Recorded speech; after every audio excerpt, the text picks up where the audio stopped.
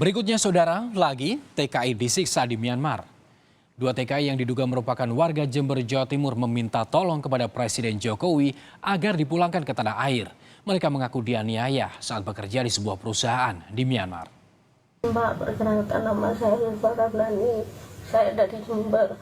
Saya WNI asal Jember. Saya dididik agama izin saya. Saat ini saya bekerja di perbatasan Myanmar. Mbak, nama saya Bagus Purnomo, asal saya Jember, Jawa Timur, Pak. Saya di sini kerja di Myanmar, Pak. Saya melewati agen, saya ditipu agen di sini, Pak. Kami di sini kerja tidak manusiawi. Tolong bantu kami, Pak Jokowi, Pak.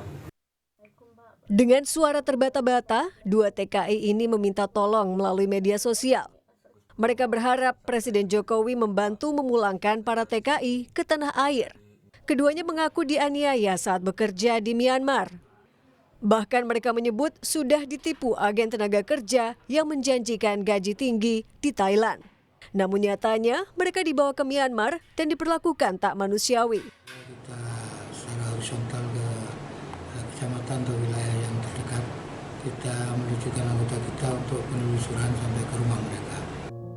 Saat ini pihak Dinas Tenaga Kerja sudah melakukan koordinasi dengan Balai Pelayanan Perlindungan Pekerja Migran Indonesia, Migrancare, serta KBRI untuk mengetahui para TKI di Myanmar yang diduga berjumlah 90 orang.